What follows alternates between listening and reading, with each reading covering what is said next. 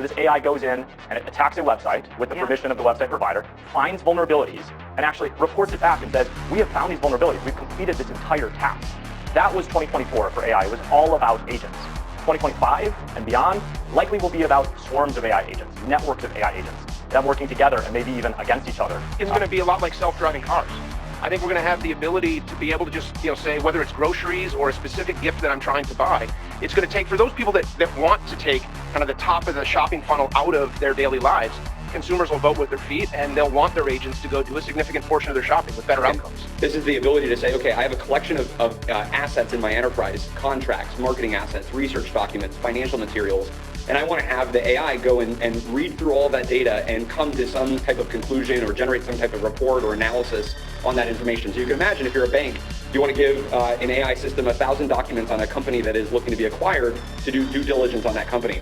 The AI will now go through all of that data, all of those documents. In the future, these AI agents, these AI actors will be handling the mechanics of the internet directly. Not today, but in the far future, AI actors will be the only actors that we'll trust to custody and manage our assets and our money, and it'll be the only way to get a competitive return on our money. We're not there yet, but that is the future.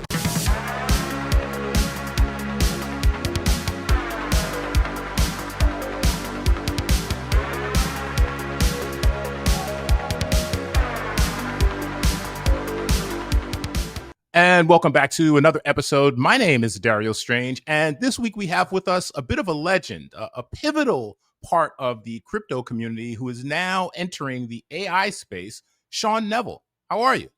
I'm doing great. Thanks so much for having me here.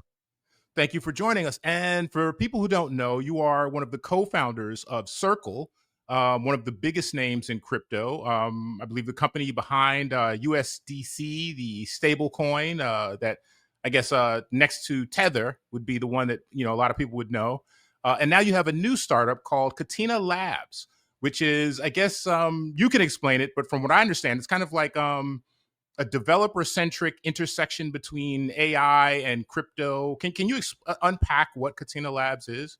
Yeah, so in many ways, it's an extension of what we started to build at Circle, and what we're focused on now is kind of two things that are coming together, which are AI actors becoming economic participants, and stablecoins becoming natural AI money or machine native money.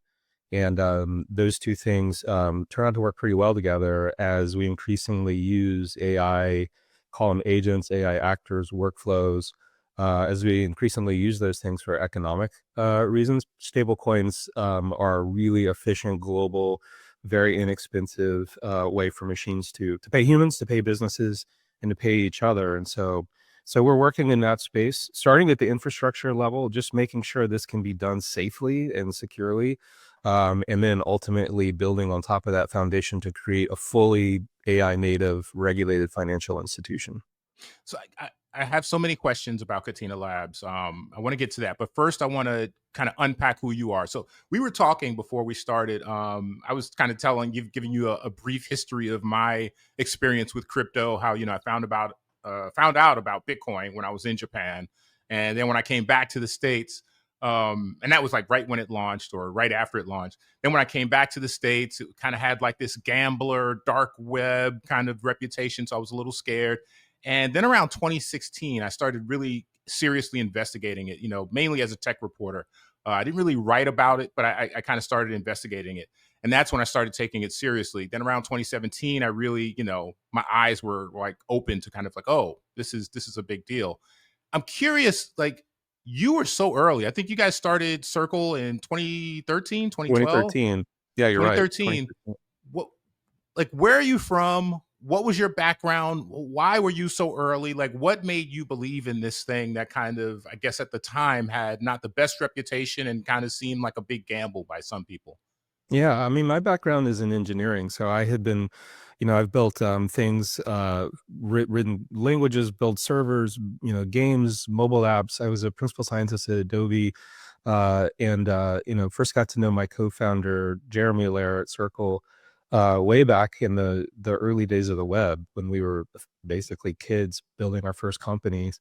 And we built products that we were very excited about at the time that simply allowed content and data to be, become global on the internet. And this was a time when, consumer and business experience with things that were online was through like siloed services, like online services. You would dial into America Online for the privilege of sending an email to somebody else on America Online, and there wasn't really this like these open internet rails. And so we were just very excited about these new open protocols anybody could plug into. You no longer had to ask a gatekeeper publisher to make your opinion known to the world. And it just unlocked obviously new kinds of businesses and all kinds of things, all built on open standards. That kind of thing was very much what got us excited about what became Circle, which was this idea that why doesn't money work the same way that other data does on the internet? Why aren't there just open rails for us to be able to transact and lend each other money and enter into financial arrangements? Why isn't money programmable, built on open standards and rails? And so, back in 2012, 2013, founded a company in 2013.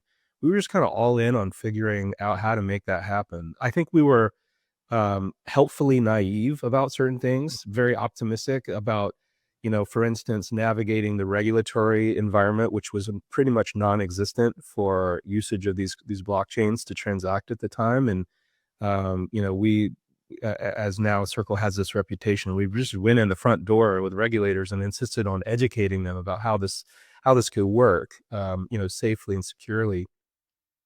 And so we built a number of things, obviously ultimately landed on USDC. It may seem obvious now that we needed USDC in 2013, but we started building it in 2017. And the notion there is let's just put dollars on open internet rails and let people transact dollars globally and, unlock really, really cheap, almost free payments anywhere in the world that can settle in seconds. And so that was the original inspiration is, hey, let's make money move on the internet for the purposes of payments and then other financial products on top of that. And then USDC was a big unlock, and now it's taken longer, frankly, than we expected. But the ramifications, I think, are even bigger than we anticipated at the time. And with things like the regulatory unlock that we see in the United States, it's the time when major institutions are really leaning in heavily. So it's pretty exciting to see.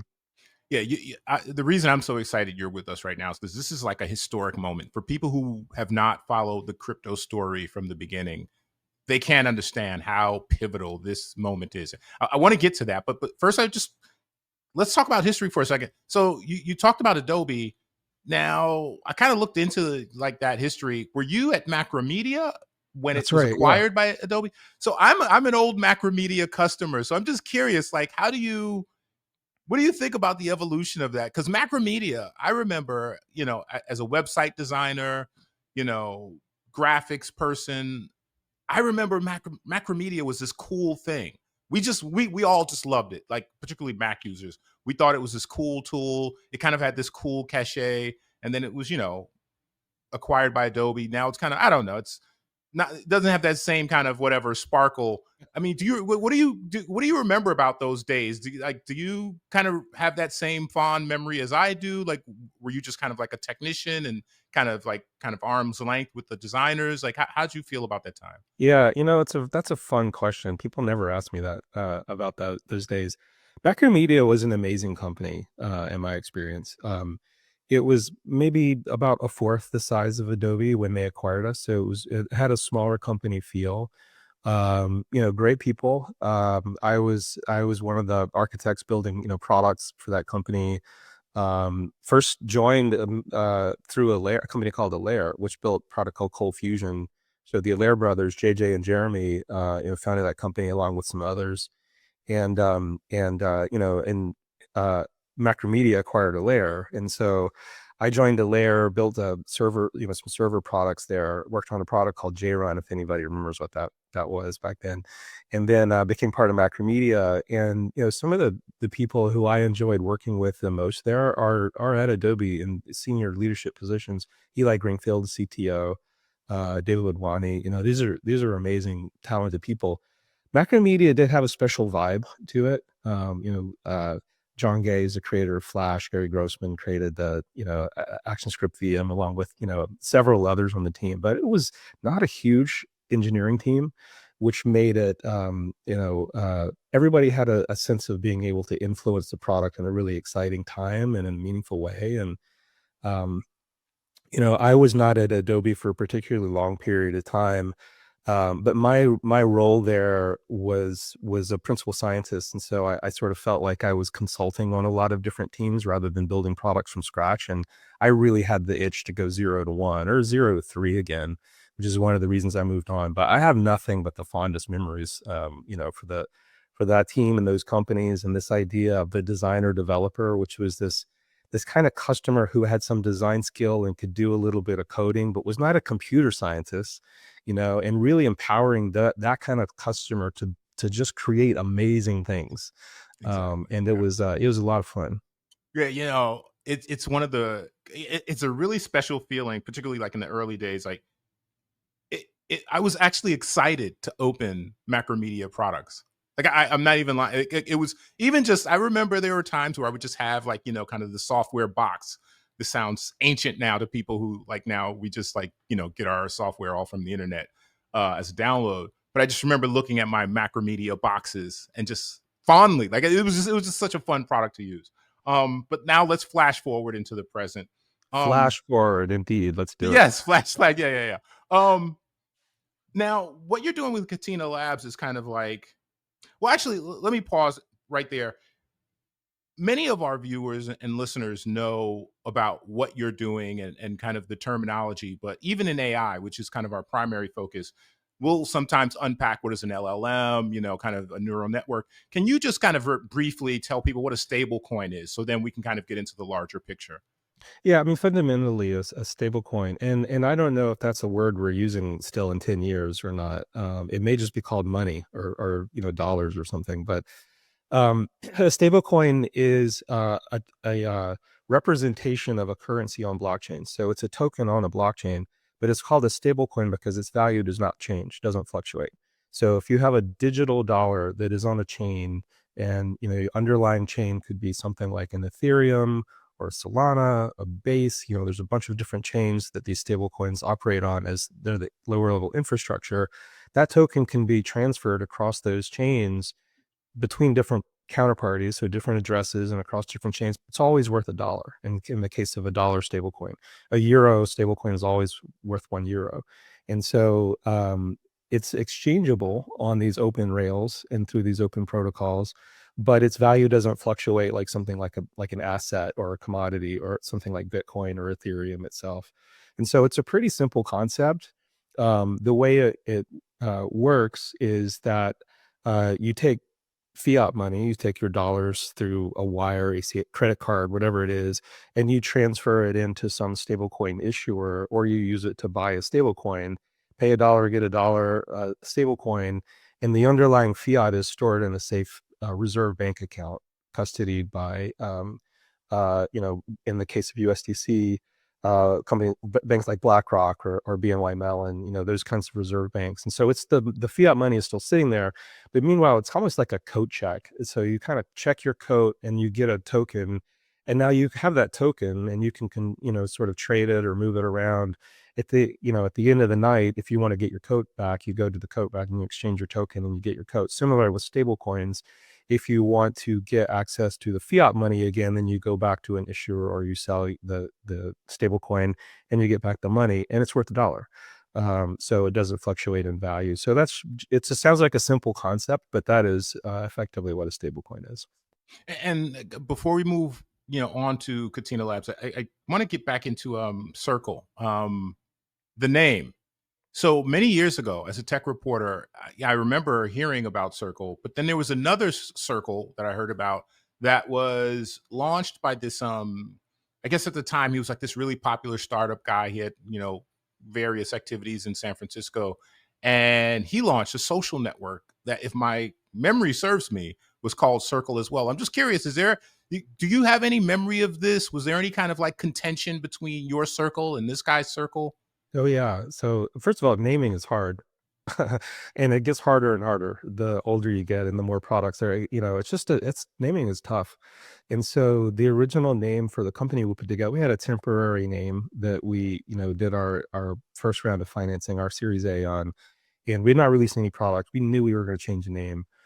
It went through a couple of different incarnations, but when it came to really time to run the full process and the exercise, the branding exercise of let's name this company, we like the idea of circle for many reasons. It is universal symbol. It's relevant to what we were building. Nice and sweet, short English word. People generally know how to spell it. All those sorts of things. You do trademark search, you figure out who's already playing in the space. Turns out a lot of Circle K. I mean, there's a lot of people playing with that in that space. But a key thing was a domain name. And I believe, so my recollection is that there was this social network, which I think was the idea around the social network was something like a social network for people who were nearby you. Yeah, Something like that. Like you were in an apartment maybe, or your neighborhood, and it was a social network for people who were in your neighborhood who you may not have otherwise met. Something like that was the concept. And my recollection is we were effectively bidding against that company to try to get that domain name. And so it came down to like, we wanted that .com and that circle.com domain, but we had not even released a product yet at the time. And so one of the biggest mistakes, you can make it from a venture capital perspective is to spend a lot of money on a domain name before you've even released your product. But we effectively did something that was pretty close to that. It became an asset immediately because everyone wanted that domain. But yeah, it was that was very early days negotiating, and I think that was the counterparty. I'm not entirely sure, but I think that was the counterparty who was trying to get that domain at the same time. I have no idea what became of the company, if they rebranded or what happened to them. I think it faded out pretty quickly. But whenever I think, but at the time, if my memory serves, it was kind of like Web 2.0 was like really hot, and so that's why this company got like so much buzz. But yeah, that's interesting internet history. Speaking of names, what does Catena mean? So Catena is it's Latin for a series of chains. So we're Catena Labs. And so that's the company that we put together to build the foundational stack for AIs executing commerce, and then also building on top of that with a commercial product, which will likely have a different brand for that. So Catena is the lab that's building this. We also have the first thing that we've released at the foundation layer, we call ACK or ACK, which is the Agent Commerce Kit. And this is a foundation that addresses, if I'm interacting with an AI actor, how can I be sure it's operated by the company I expect or the developer who I think it is? If I'm interacting with, Etsy's seller agent, how can I be sure it's actually Etsy? Because there's no SSL for some, this kind of agent communication. And so we've identified some primitives to help with that, and ACK, and also some payment primitives that kind of govern how payment flows can work through these AI workflows. So ACK is that fully open source, contribution to the community. We're continuing to evolve it, working with several partners on using it for different kinds of use cases. And so we'll continue to build on it. We have another release imminently to help make it easier to use. And then we're slowly climbing up from there. So the ACK is released by Catena Labs, and then we'll have a commercial product, which is in this area, this agentic financial institution, or it's been called an AI native bank. And that's, we've talked a little bit about that in general terms, but the timeline for that is in the coming months. You got a little ahead of me because I wanted to kind of like go step by step, but since we've dived right in, let's talk about AI money. Let's do it. Yeah. So in, the description on Catena Labs, you guys talk about agents dealing with humans, AI agents dealing with humans, and AI agents dealing with each other. Can you just give people who maybe don't have imagination or haven't delved into this realm, paint the picture? What does that look like for an AI agent using, blockchain technology to interact with another AI agent? And what scenarios would that, be in? Like, why would I need such a thing? Yeah. I mean, our thesis is that in the future, AI agents, and we can talk about what the heck an agent even is, because no one can agree on the definition right now. But in the future, these AI agents, these AI actors, will be handling the mechanics of the internet directly. They will be the only actors that handle the mechanics directly. So finding content, accessing data, and returning it to humans and to businesses that humans run, but also executing payment transactions. So not today, but in the far future, AI actors will be the only actors that we'll trust to custody and manage our assets and our money. And it'll be the only way to get a competitive return on our money. We're not there yet, but that is the future. The progression to getting there looks like certain domains and certain kinds of usages of the internet will increasingly become what we think of as agentic. So it's like a retail shopping use case. Today, I may go to Etsy or Amazon, or I go to a Reverb, whatever merchant marketplace I'm using. In the future, it's quite likely that I'll have buyer agents that work for me that interact with seller agents. And it could be these same brands, could be new companies come on, but a merchant that is trying to sell me something will have agents that safely make their goods available and negotiate in some cases and actually close a transaction, and it'll all be handled by agents. Now, today where we see the first use cases emerging aren't so much agents paying other agents. It's more like agents or AI actors paying for access to resources. And humans can also be a resource in that world. But it's things like an AI workflow needs to access an old school API and it needs to pay to access it, or it needs to access some proprietary data. Could be domain specific data, like a financial database or legal data or medical imaging, something like that. It needs to pay for access to that, or it needs to pay a human to make it better. So it could be a set of LLMs working together, tuned to interpret MRI scans and detect cancer as just one use case. In order to get really good at that, it needs to ask medical experts who are humans to judge its output and get human subject matter expert alignment, and those humans need to be paid. So whether it's at pre-training or post or even inference time, there's a payout for access to a resource, happens to be human. So you sort of see AIs today not necessarily paying other AIs in these giant e-commerce workflows, although we think that's the future. Today it's more like they're paying for access to certain resources, and they need to be able to do it in a way that doesn't stop at borders and doesn't cost 2.9% or 18 to 23% in the remittance case. And it needs to do it really, really quickly in machine time. And this is where stablecoins become pretty useful, is although we have AI workflows that can also generate virtual credit cards and they can execute traditional payments, if they have access to cryptographic transactions, so they have access to wallets that can hold these digital dollars, these stable coins, then they can become very, very effective at distributing those stable coins with guardrails, with humans in the loop, potentially handling approvals, exceptions, managing approvals above a spending budget, these kinds of complex rules. But ultimately, AI actors executing payments is still in dollars, not necessarily paying in Bitcoin or crypto, but executing payments in dollars that are implemented in stable coins super effectively anywhere in the world for just not, percentages of fees, but just bips, really, really small fees. So that's the kind of world that we're working in.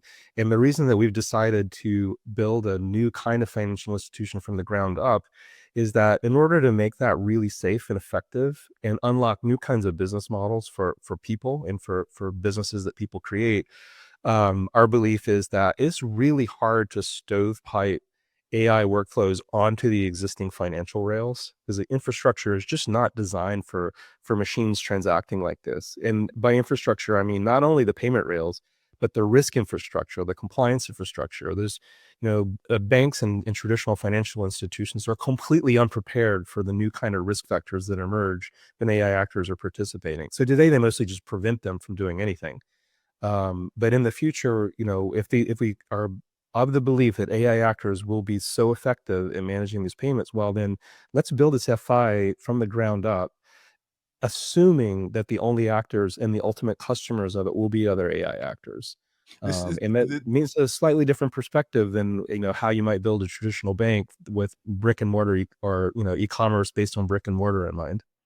this is once again, you are far ahead of the curve. Like when you guys started Circle way back when, this idea of a stable coin was just it was theory, I guess, for this new, crypto world that we're in. So again, way ahead of the curve. But I'm curious. So I hadn't thought about this until just now, and I can't believe I hadn't thought about this. When we're envisioning this future world of AI agents operating on our behalf, um, have you considered, or is there some discussion out there that I'm obviously not aware of, whereby we're thinking of the rights that these AI agents have, meaning do they have power of attorney? Are there legal liabilities? Like, let's just say we're 10 years into the future, AI agents are common, and some AI agent that I've, deployed acts on my behalf to do a bank transaction, or like you said, access some medical record and then pay for it. Have you or others envisioned like the legal framework with regard to kind of how those agents are treated? Yeah, so it's a great question because today, if you and I want to go out and we want to create a money service business, a payment service provider, then we're going to be fingerprinted as officers of the company. Like we're going to be we're going to go in and put our fingerprints on a card that gets filed somewhere. And obviously AIs are not going to be fingerprinted. I mean, maybe we'll have robots in the future with their own kind of robot fingerprints, who knows? Right. But the reality is that AIs cannot be licensed. AI actors are not licensed, and there will be progression in regulation around AI tech. Right now, it's focused on things like the foundation. So how AI hardware is sort of imported and exported, and what are the controls around it, and who can access it, and foundational model development and that kind of thing. But ultimately, it will expand also to agentic workflows, and it could happen first in different domains. But today, you can't license an AI actor as a bank. It can't get a bank charter. It can't be an MSB. So the licensed entity has to be us. And so we'll be a licensed entity. And then our agents need to verifiably prove that they are acting on our behalf, and that anyone can understand whether they're acting on our behalf or not. So like, if they're interacting with our agent, they will have to know who's accountable. Otherwise, these things are kind of unmanaged liabilities. Like, who's really accountable for the operations of this financial AI actor? If it's holding money, if it's custodying money for customers, if it's doing the equivalent of pooling money for benefit of an FBO account, who is the licensed financial, like, in other words, whose neck is on the line here, and who handles exceptions, who's liable if things go sideways or the AI escapes its guardrails, who is responsible for making sure that the payment flows are compliant with the jurisdiction in which the AI actors are operating, and what does the audit trail look like after a transaction occurs? How do people go back and look at an audit trail and then potentially ask for more information about that activity, police for money laundering, all these things that we're required to do as a registered FI. And so our solution for that in the near term is that the AI actor is not licensed or regulated today, but we are, and we can prove without vendor lock-in, we can prove that an agent that we are operating is mapped back to us, and we use a thing called verifiable credentials for this, which turns out agents are quite good at managing. It can be complicated for businesses to manage the cryptographic keys to send all these messages. Agents are quite good at it, and so they can handle this notion of verifiable identity with some policy controls in order to map back to who really is liable, and who to trust. Ultimately, the big hurdle with AIs is still, how can you trust these things, and how do you clear that trust, that trust hurdle, and solving some of these identity questions, particularly in finance, compliance and regulatory related identity questions, is part of clearing that trust hurdle. So okay, you guys are taking on a big that's a big task. I'm curious about something else. So about, I want to say 2 years ago, the metaverse made big waves on Wall Street, particularly because, I guess Meta adopted it, Mark Zuckerberg. And I'm a long time, VR, AR analyst. And, I've been working with a lot of the tools for a long time. And I kind of had this very excited stance toward the future of crypto meets the virtual world, that is the metaverse, and now AI. So now this vision that maybe we would be in a virtual world or virtual environment, virtual reality environment, where you'd have one of your AI agents operating on your behalf, and the transactions would be operated through blockchain.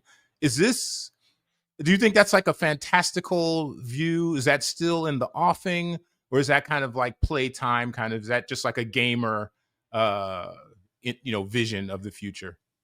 I mean, I still find all of that tech fascinating. I mean, I remember when the Oculus Rift first came out, I was a big fan, and even in the early days when it kind of looked like you were staring through a screen door, because they had, it didn't quite have the fidelity. Um, I think one of the things that kind of tech has in common with this notion of consumers using AI to do things like handle their shopping or buy their groceries or handle their travel plans is there is a challenging UX question in both technologies. On the AI side, it's difficult for me to imagine if we have this orchestration of machine intelligence that can do all of these things for us. It's difficult for me to imagine that the user interface is always going to be a chatbot. I mean, I think that there's a place for chat experiences, but what is the UX really for something like an AI enabled shopping experience, let alone a bank or a marketplace or all of these things, an AI school, an educator? I think that there are some challenging UX questions there. This is not a space that we're actively working on ourselves. A lot of others are experimenting there, but ultimately, I think of it as what's the next version of the browser? Like, how do we interact with the web? If we're not navigating to sites, I don't enter in Amazon.com and it routes to someplace in the cloud. And if it's more like I'm interacting with Amazon's set of agents or my agents are interacting with Amazon, like what am I actually looking at? And how do I search for content and things that are interesting to me, and how do I make my purchases, and how do I connect to my friends and my family? And I think that this idea, the web going agent native includes how do we, like, when we crack open our laptops, what are we looking at in this next wave? And it's just that big, and some of these user experience issues and how it sort of seamlessly will fit into our lives need to be answered. And that's one of those things that on the metaverse side, it never fully cracked that. Not to say that it won't, but it hasn't fully cracked that yet. Um, and I think the experiments that are interesting to me are not necessarily the ones where AI is fully autonomous. It's not the Terminator robot. It's more like, how does it improve what we do as human beings? It's more like the Iron Man concept, the guy in the robotic suit that can augment his superpowers, not replace him altogether. And the developments in UX need to sort of augment us and our businesses. And what that looks like, I think is a big TBD. There are lots of cool experiments happening with it, but ultimately it's like, yeah, are we still using Safari and Chrome? Or are we using something completely different? Or do they evolve to be the thing that's different? The Yeah, verdict is not in yet. I want to say it was 2017, 2018, in Los Angeles. The Roni Abovitz, the founder of Magic Leap, held a big conference in Los Angeles around his platform at the time, Magic Leap, augmented reality platform. And they introduced this, I guess you call it AI agent called Micah, M-I-C-A. And you put on the headset and she entered the room full scale, full sized human, and interacted with you. And she observed the space, the table and the chairs. And it really felt like you were speaking to a ghost, like a real, but like a person, just, kind of, I guess, translucent. And I guess if you take that dynamic, whether it's smart glasses, AR glasses, and then maybe if someone can't afford that or whatever, maybe it's just a screen. It does seem like the interface for AI agents will likely just be natural language. And it will probably want some sort of visual / audio interface. And I don't know, it seems like the metaverse is the natural fit, but I don't know. That's a little far afield. I want to ask you about why this is a historic moment in crypto, particularly with regard to the Genius Act. What does it mean? A lot of people have heard about it. There's been all these news stories about it in simple terms, like kind of for the people who are kind of surface level on crypto. What does it mean? Why is it Yeah. important? So, I mean, I think at a really high level, even without getting into the details of what the Genius Act prescribes, at a high level, the problem it solves is it was just not really clear how the United States government viewed US dollars on blockchains, or payment stablecoins, as they're referred to under the Genius Act. Um, if it's called the US dollar, how does the U.S. government view it? Did they view it as a dollar? It was unclear. It was really ambiguous. So if you're a business and you're trying to understand, whether you're going to use these dollars on these blockchains, it's just not clear to you that the government is saying it's okay to view these as dollars. It wasn't clear. Maybe it's a security or some kind of mutual fund product, or maybe it's a different kind of token. Maybe it becomes it's this if it has these kind of reserves, but it's this if it has these other kind of reserves. We've had stable coins that were based on real dollars and bank accounts, which is what I described earlier. But we've also had stable coins that were based on algorithms that didn't have any underlying reserve. We've had stable coins that were built on a basket of reserves, and some of those were Bitcoin, not just so, what is the right way to treat just a dollar? If a dollar is a dollar is a dollar on a blockchain, what's the right way to treat it? And that has just been completely unknown. So when companies were trying to decide whether they would really, step in and embrace stablecoin flows, the value prop is pretty simple. It's almost immediate settlement. Normally, money takes quite a long time to settle, especially if it has to cross borders. Even real-time payment protocols get stalled at borders. And so money is just sitting there waiting to be transferred. It can take a week, 2 weeks to transfer money around the world. And at each stage, the gatekeeper that's like legally allowed to transfer that money takes some kind of cut. So by the time the money arrives where you're trying to send it, it's not all there. Maybe 85, 90% of it's there. Maybe it's more like 97. Well, 99.999% should be there.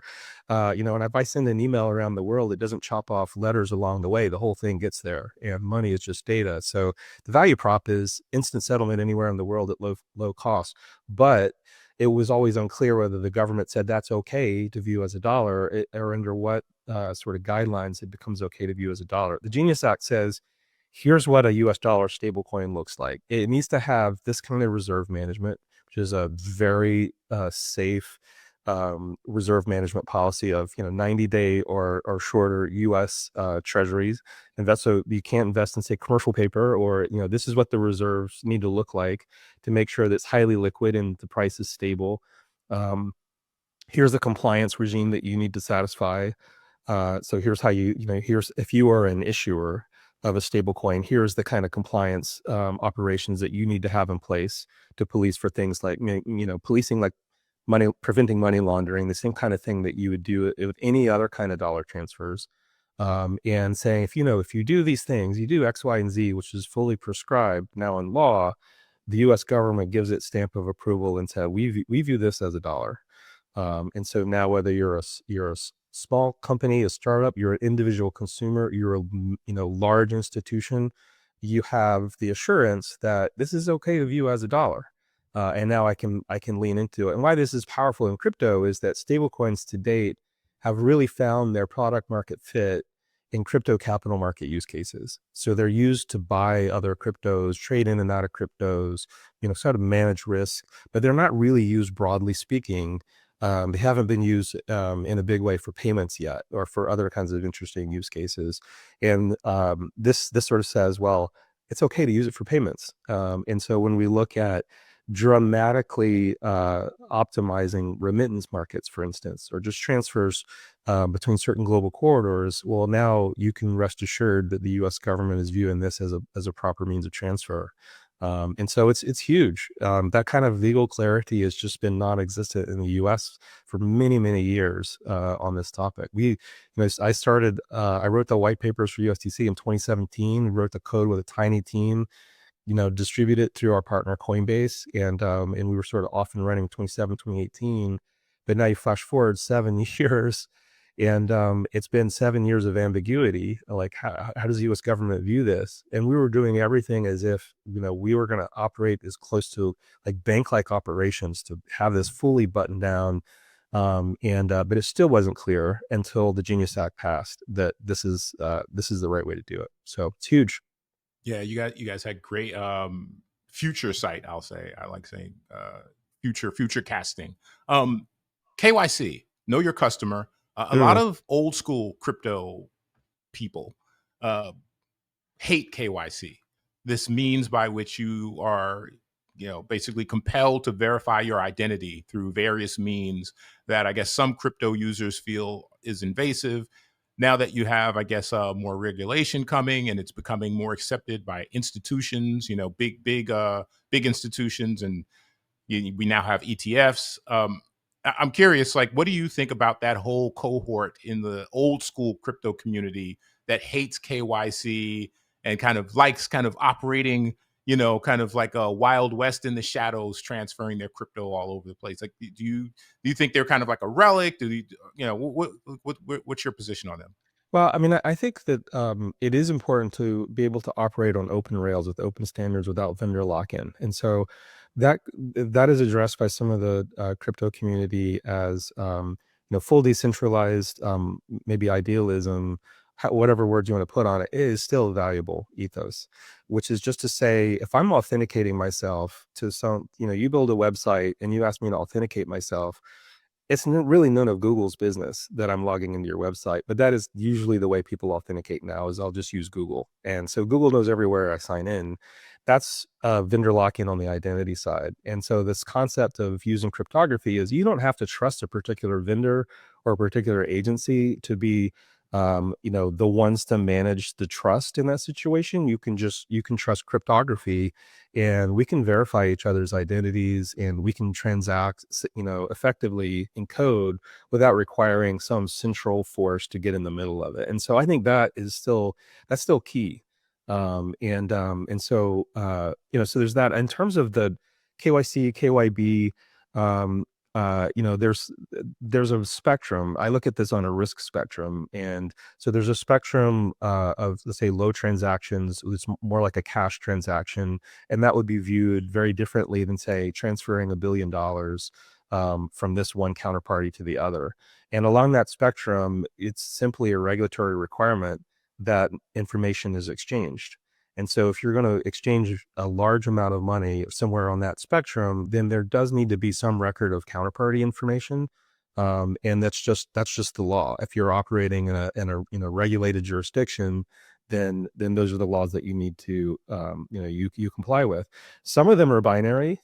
OFAC, sanctions list is a binary sort of thing. Some of them are more risk and gray areas. Is this suspicious activity or is it not? And you try to use the best tools to judge those things. But moving into global finance does mean that you got to marry those two things together. So we still don't want vendor lock-in. We want to rely on cryptography and open rails, but we also have these financial requirements, and we need to be able to support both. So where I come out on it is that we need new tech and new approaches to make sure that we are operating in a fully compliant fashion. And that tech should be privacy preserving, and yet still make it possible for law enforcement with certain on a certain law enforcement path to be able to understand transaction activity when it must. And so and this related to AI is even more complicated, because we talked about AI identity and how do I know this agent is operated by who I think it is.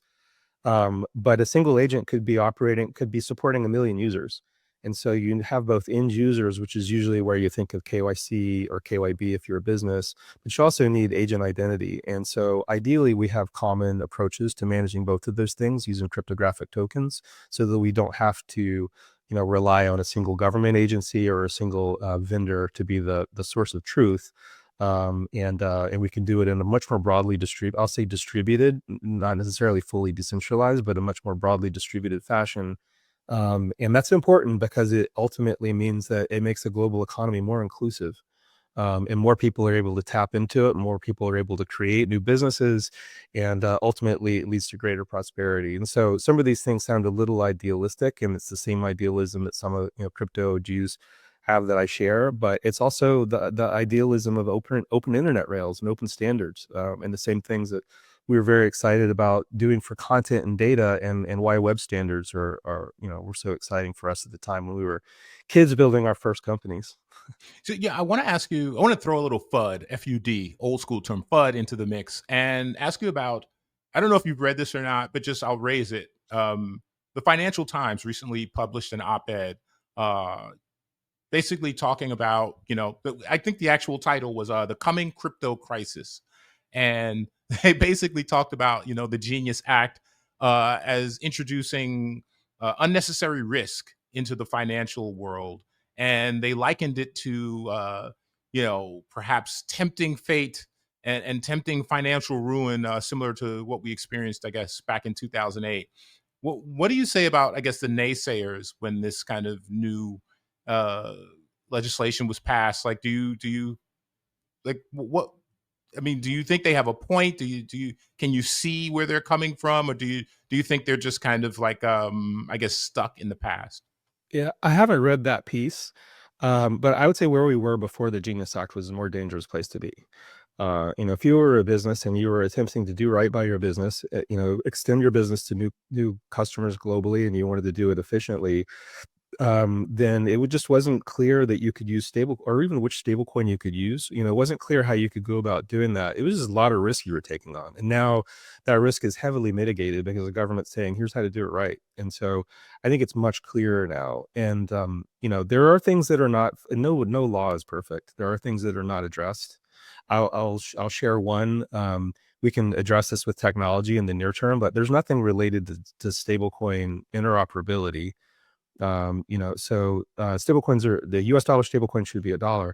But if, say, Amazon makes one, Stripe makes one, Circle has one, you and I go make one, the reality is that if people are exchanging those and they're trying to take their dollar and they're trying to, convert it into these different types, it's a little closer to bank money. They're not all exactly the same. And so we need to rely on tech to bridge them effectively.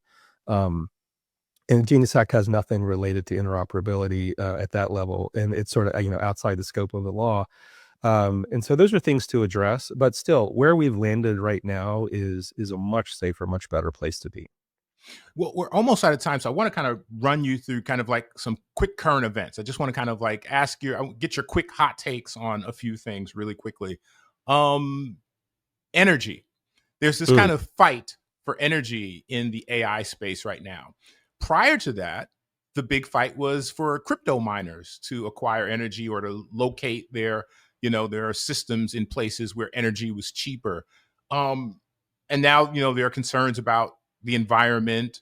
There's talk of, some of the big tech names we know trying to buy and in the future build nuclear plants to kind of like help their energy consumption.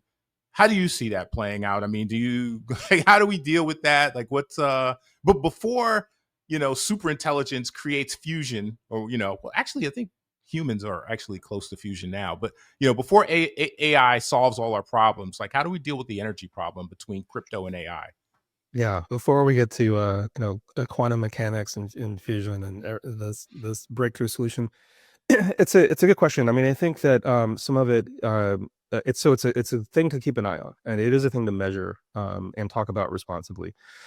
Some of the discussions have been, I think, a bit overblown related to crypto in particular, but it's still an issue to talk about. On AI in particular, we're at a place now where the product is the LLM, and so there's a lot of focus on training these large foundational models on this particular kind of hardware that's incredibly energy intensive. There have been some breakthroughs and approaches to training that are not quite as energy intensive. It's one of the things that has come out of, say, in China, approaches to being resource constrained in the first place forced a different approach to how they were going to work on the tech. But there's a little bit of a debate in AI around, what is the product? Is it the LLM, or is it the product and the workflows and the apps that are built on top of it? And right now it feels a lot like the LLM. I think that will change. And then when that changes, it'll be sort of like, if I go to pick your favorite chatbot, OpenAI, Anthropic, Claude, Gemini, Meta, whatever it is, and you sort of go a Grok, whatever. I'm not going to pick a favorite. You go to any of them. They're almost like giant Swiss Army knives that try to do a little bit of everything.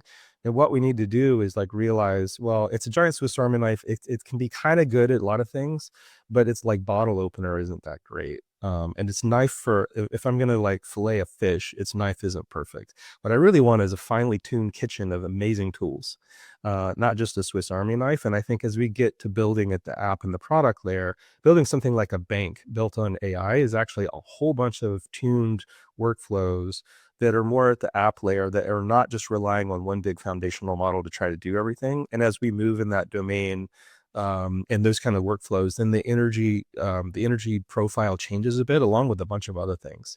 But we're not quite there. There are domains you see, like, in the legal, some medical, supply chain, those sorts of things are beginning. The customer support, there's like a million AI companies that seem to be working customer support. So there are different domains that are working with these tuned workflows, but we're still mostly in the era where LLM is a product. And that has, that's just where we are today. So short answer is, I think that changes over time, but it's always something that we need to measure and keep a close eye on. It has become a geopolitical issue as well.